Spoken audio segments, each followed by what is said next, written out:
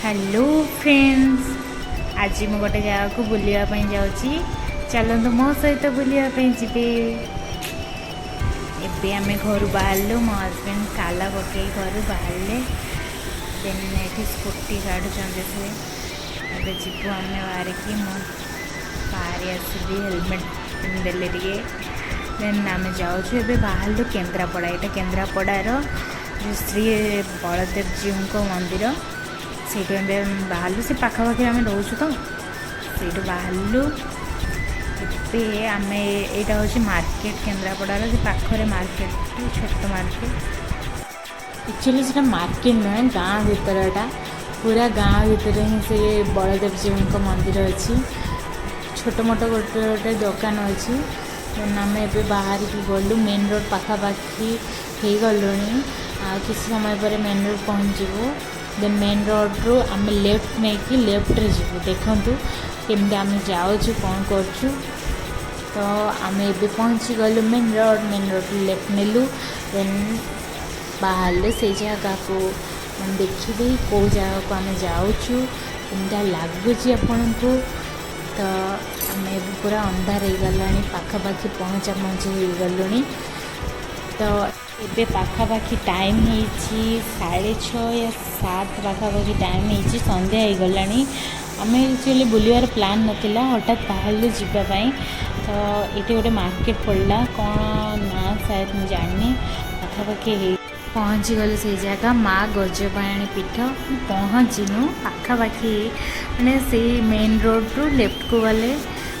से भीतर को किसी किलोमीटर पाखापाखि 3 या 3.5 किलोमीटर हम जाऊँ पूरा अंधार हो आसला केमी जगह आप देखिपे पूरा गाँ भीतर एरिया देखा जाऊ लोकेशन ऑन कर गूगल मैप देन आम जाऊँ देखा कौन पाच कि ना कि पाखापाखि 3.5 किलोमीटर होम ए जाऊँ अंधार तो हो गला आपण देखिपे पूरा अंधार हो गला किटिकिटिया अंधार डर लगुच एमती गाँ एरिया को जाऊँ घर तो पड़ू कि बेसी किसी लगुनि तो ये बहुत गाई गोटे गाईटे आसी मो देह बाड़े गला तो छाड़ ए आसी पहुँची गलु एमती जगह पूरा सुनसान एरिया लगुला श्मशान भसान अच्छी बट देखिलु जे माँ गजपाणी पीठ लिखाई देन सामने मंदिर थिला पूरा अंधार हो जाइथिला तो आम से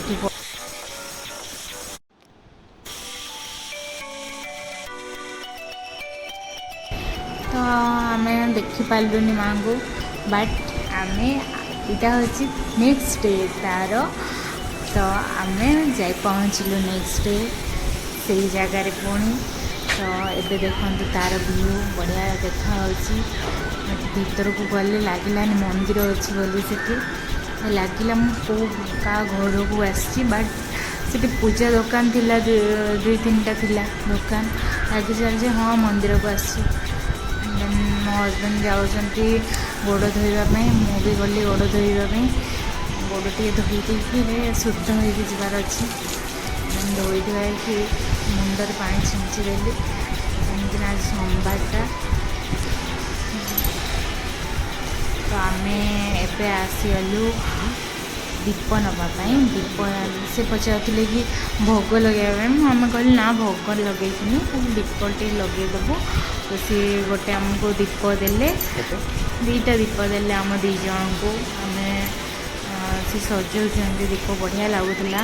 माँ को सब भोग प्रसाद थिला आम किसी नेलुनी कहीं आम खाई जाइलु पूजा कलुनी देन दीप मत धरई नना आम धरिकी दीप को भीतर को जाऊँ मु पचारि नना को जे नना मंदिर कौटी से कहले कि सामने जातु पूरा सीधा देन लेफ्ट को भाविली क्या घर को आसु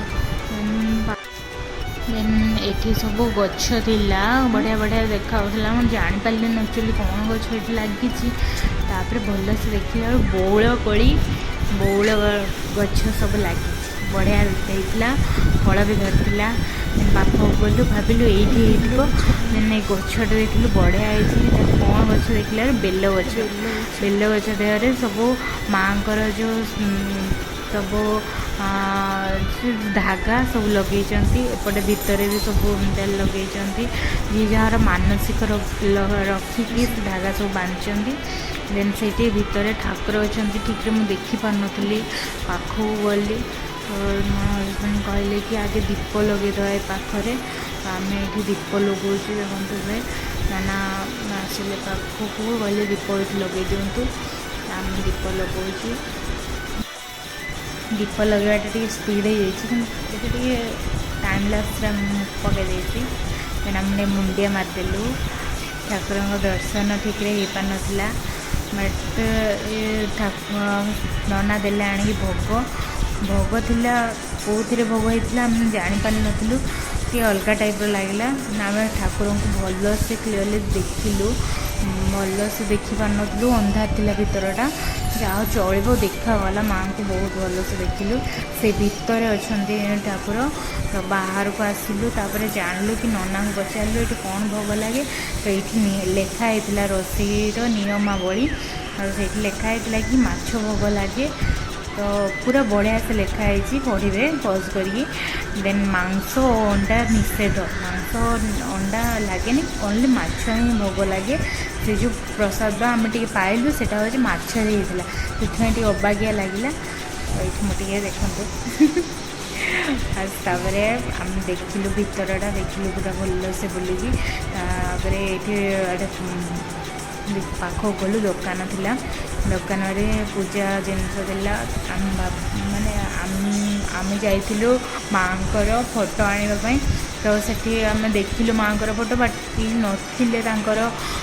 जे दुकानी नथिले तो आम बाहरी पलि आसिलु पुणी तो बढ़िया थिला इच्छा थिला आनिबा फोटो बट पलि आसिलु बाहर को जाओ जाओ बाहर से पाखरे पड़िया गोटाए पिला भलीबॉल खेलुले पिला माने देखिए बढ़िया लगला बढ़िया जगह थिला आ गोटे ब्लॉग रे पुणी थे देखा bye bye see you again.